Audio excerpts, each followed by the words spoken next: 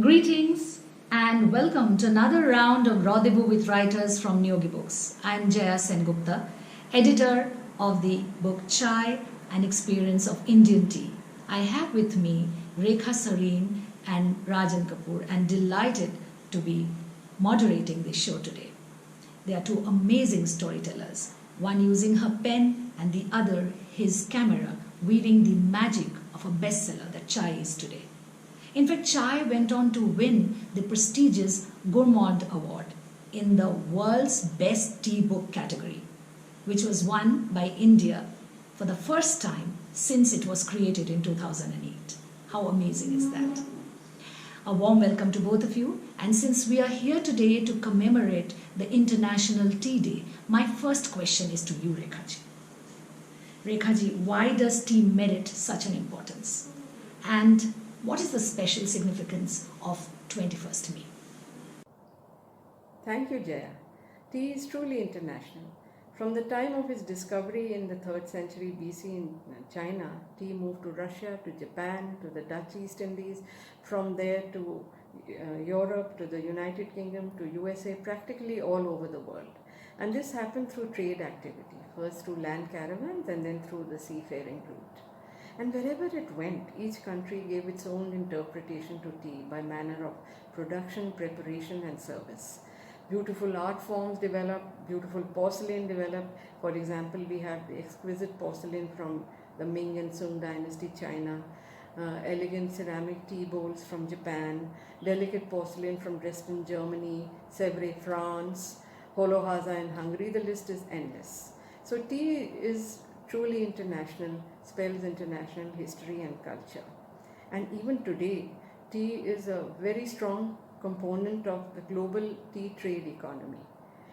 Last year in 2019, an estimated $6.4 billion worth of tea trade took place, of which 803 million was India's share. That's a sizable amount too, about 12.6%. But most importantly, this is a day to remember the hand that plucks the leaf to give us our daily cup. It is a time to remember the huge workforce that is at work in the tea gardens, plucking the leaf, the tender buds and the young leaves, which are very selectively plucked to give us our daily cup. And this is just a hand operation. It can be very selective. So no amount of scientific mechanization can help here.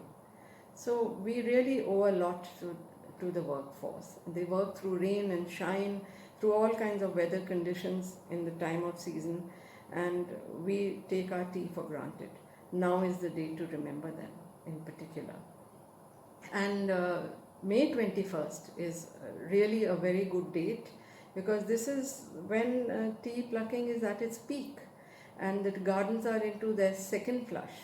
The first flush would have gotten over. It would have started mid-March, and at that time the tea bushes are just beginning to wake, so it's not limited in quantity. By now in the second flush, the bushes have matured and more mature flavors are coming through, and activity is heightened at its height in the tea gardens. Earlier, the International Tea Day was on 15th December. That's the time of winter when tea bushes are in slumber, they are dormant. So May 21st really is the peak time to remember International Tea Day. Rajanji, my next question is for you. I remember you pouring through hundreds of pictures in our production room, color correcting each of them. And I was just wondering if you have any compelling memory from that time, from the time you were compiling the book, that you would like to share. So, we were taken in Assam to this blind school where we were put on the stage, and the blind children who learn music there started singing. And as they were singing, and one by one as they sang, my tears couldn't stop, and I kept wiping my tear. And following my visit to the school, I made sure when I came back, bought all kinds of instruments, musical instruments, and I sent them to the school from Delhi. This picture of Pahalgaon in one of the villages in Kashmir was a very interesting and involving experience for me. Sitting with the villagers who have a ritual of having tea uh, together, sitting on the ground, women, children, men, was very interesting. And they were all basically ghodawalas, the one who take pilgrims to the shrines. This sadhu, who is the naughtiest person and most difficult person that I met during my shooting of the entire tea book, uh, created a lot of problems for me because I wanted to take a picture of his and he demanded all kinds of things. And in the end, we made peace with each other for him to be caught having tea because finally we settled for a packet of a cigarette that I had to offer to him. Rekhaji, thanks to your backbreaking and hard-nosed research, our book has found a place in the UNESCO World Catalogue, which is no mean feat. I was just wondering if you have some trivia to share from that time of your research. Yes, Jaya. My book is laced with a lot of tidbits and trivia about tea. And I'm going to share with you a word that originates from tea, a word that we very commonly use in our daily lives, that is tips. This word is an outcome of tea and originates in England. You see, after the Great Plague of 1665, tea was considered a safe drink because the water is boiled and it kills the germs. So numerous tea gardens came up in and around London where people loved to meet and interact socially. A lot of romances took place. And Lord Nelson is supposed to have met his lady love, Lady Hamilton, in one of these tea gardens. But so great was the rush that people got frustrating waiting to be served. Then came about the social norm of tipping. Small wooden boxes with a slot were kept on each table, and there was a flag on these boxes, on which was written TIPS, to ensure prompt service. So all that a customer had to do was to drop a coin in the box, raise the flag, and a waiter would hasten and come up and give him service. That's how tipping started. Rajanji, would you like to share some trivia as well? My trivia was an experience with the famous cricketer, the World Cup winning team's captain Kapil Dev, when he and me were called to the oldest ground where MCC started. It is actually a park near Lord's, and that's where we were spoken to by one of the TV channels, and while I spoke about the book and he spoke about his association and raising money through the book, and of course he spoke about cricket. Now that link would be available on the YouTube. Rekhaji, considering it has been 5 years since that book has been written, there has been such a sea change in the tea scene in India. What are the things that you would love to mention now if you were writing the book at this point of time? Well, ever since, I am happy to say that tea has gone even more commercial socially. So many new tea parlors and online tea retailers, e-tea retailers have come up, which wasn't so in the earlier days. Although I have mentioned a long-standing name like Sancha Tea Boutique in my book, but now there are so many chains and tea cafes sprinkled all over the country, and they carry such interesting names like Karma Kettle, Tea Box, Chayos, Chai Point, and all these names, and the parlors are very youthful. They attract the youth, and now the profile is of college students and yuppies. I would like to go and ask the youth, the younger people, what is their response to tea. And then moreover, although flavoring and blending has always been part of tea industry, and I have mentioned something on this aspect in my book, but now it is taking on further twist and greater innovation, not only in India but all over the world.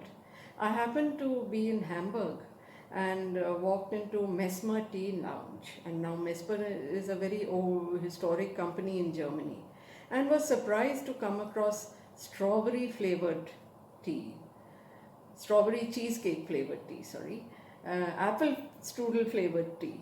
Now, this is something very interesting, I found. I would definitely like to learn and put in more about about the flavoring and blending of teas given the contemporary world of tea. Thank you for sharing all that info. I'm sure my listeners are loving it. And now to the most important question. COVID has had such a huge impact worldwide. What has been its impact on the tea world? If you have any latest information, please do share it with us. Effect during COVID? Well, I'm told from my sources and my friends in the tea estate gardens that this was a lockdown period of about 27 days that no tea was being plucked.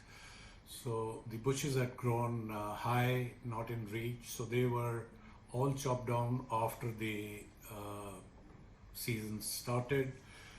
The local government in Assam did help in the sense they helped asking the owners to pay every day to the workers, and they survived, they are back, and the first flush in the whole process is lost, and there is a loss of almost 3,000 crores of the tea during that period. But now the things have returned to normalcy and the factories are running.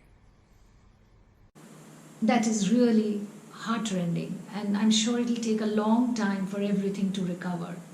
But then, Rekha ji, you have written so much about the health benefits of tea, and I was wondering if you'd like to share with our readers how tea drinking can help in these times of COVID. Yes, of course. Tea is very beneficial for health and safe, especially in these times of virus and danger of infection. I interviewed a very senior tea scientist when I wrote my chapter, A Cup Full of Health. Now, the tea plant, its buds and tender shoots are very rich in catechins and polyphenols. These are powerful antioxidants, and antioxidants are needed in our body to fight the free radicals which our immune system generates, and so they build up our immunity. Moreover, antioxidants also prevent the formation of plaque in the arteries, so tea is good for the heart. Then the catechins in the tea leaf also fight bacteria and virus from hooking onto our cell walls. Then the tea plant is also very rich in bioflavonoid, which raises our hormonal endorphin levels. So it prevents anxiety, calms the nerves. So how many times have we had tea, a cup of tea, and felt much better when we are tired or anxious? This is why. So this is a good time to have tea, COVID times. And then why not have some fun with tea? We have featured recipes in our book, which are daytime cooling cocktails, good for the summer, bar nights for the night, little stronger ones. And then for the Epicurean who would like to test out tea recipes, making interesting things, go ahead. We have some recipes there. I would urge my readers and listeners to go through the recipe section of this book, which has many very interesting recipes. And I was just wondering, which one is Rajanji's favorite? Would you like to share? My favorite recipe, I suppose, the tea creme brulee, because I'm a sweet eater. But I would say my most favorite is the hot toddy that I really enjoy, and I discovered during the book was being made, and the chef at one of the leading hotels prepared this for us, and I really enjoyed it. I remember very fondly the grand launch we had in Delhi What about the one in London? I'm sure that was even more grand. Please share something, Rekha ji. Yes, it was awesome, our book launch in London, because we had Mr. Stephen Twining come in to give a very personalized demonstration on Indian tea at Cafe W in Waterstones at their flagship store in Piccadilly. Now, Waterstones is a leading bookstore chain in Europe, and Mr. Stephen Twining is eighth in line generation of the historic Twinings tea. For him to agree, I wouldn't imagine, but it was easy. There was no difficulty, because when I showed him the book with all the, and he saw it and went through the contents, and the beautiful photographs that have captured the subject, he says, "Oh, you've done immense work on this. What can I do, Rekha, to help you?" These were his words. And of course, I would say, "Mr. Twinings, can you give us a demonstration? Can you grace our tea launch, our book launch?" And sure, he agreed. And he actually made the time and shuffled his agenda and dates to come. So it was memorable. We also had the chairman of the UK Tea Council, Mr. William Gorman, and of course, we invited the director of the India Tea Board stationed in London. It was a launch to remember. And if you have any last words, Rekha ji, Rajan ji. Well, as a last word before we wrap up this conversation, I want to make a very honest confession. Before I started this book, I was a somewhat indifferent tea drinker. I took up the subject when I walked into a tea shop to buy tea as a gift for some visiting German friends. And when the tea shop proprietor, a connoisseur, he spoke so eloquently and so passionately about all the different flavors. I was fascinated by all the regions that come from, and my mind floated over those tea gardens and the culture and the history around each region. And I said, "Oh, this is a very nice subject to write on." And when I went in depth into the subject, I realized the hard work that goes into it, the labor of the pluckers, the expertise of the manufacturers, the tea tasting. There's so much at work that goes into it. And on a broader scale, I've become very philosophical after this book. I now feel that so many things we take for granted, and we are indifferent to in the food and beverage, what we eat. How was it discovered? How did things come about, And there's so much human effort involved everywhere. The history of tea in India itself, I went into the National Archives to read original journals of planters and read on how they suffered from malaria, died of disease, etc., etc. So there is so much effort that goes into everything. We really must learn to value everything. And meanwhile, I have renewed respect, great respect for tea, and I love it. I love my evening cup of tea. That must be just the way I want it. And I know how I want it now. Thank you. But tea is a personal romance. So everybody wants their tea in their own particular way. There is no right or wrong. It's as you like it, how you like it. That's the beauty of tea. That's the wonder of tea. Thank you. Well, the book has brought another dimension into my life. That I traveled all across India wherever tea is produced, met people, spoke to people, and many of them I'm still in touch with. There is some voluntary work I've been involved in helping the children of the tea garden estate workers. And another interesting experience was that I was invited for a polo match at the Queen's own polo grounds in Windsor, and I was made to sit next to the Queen Elizabeth, the Queen of England, and during the conversation she asked me what my interests were, and the moment I brought up tea, she went into a lot of details asking me about tea, and I was amazed by her interest and knowledge of tea. So that was an interesting experience. Then later, of course, I handed over a book to her entourage to be given to her. So I hope this book finds a place in many prestigious homes and palaces in the world. The life of the labor in the gardens touched me. Their sweaty foreheads, and yet there was a smile as they plucked and picked tea. And then, of course, post the book, I become part of many book clubs. I also part of the tea garden associations, tea gardeners associations, and I've been in touch with a lot of people which I wouldn't have met otherwise. And many times one is asked to give a little talk on tea, and then even you've done a book, yet sometimes some people come and tell you certain things which you've not learned, or they've not come across you. Another interesting thing was that a leading artist in India decided that the picture that I had shot of the Kashmiri village people sitting and enjoying their tea, or kahwa as they call it, he decided that why don't we paint this together, me and him. So that was many days spent with this leading artist called Sanjay Bhattacharya, who is regarded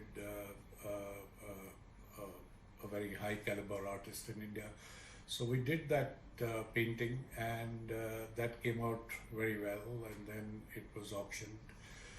And the tea ever since has kept me alive. Even the book is over, but this remains live now and for many years. To those fond memories, and here's wishing everybody good health and cheer. Thank you and goodbye. Cheers. Cheers.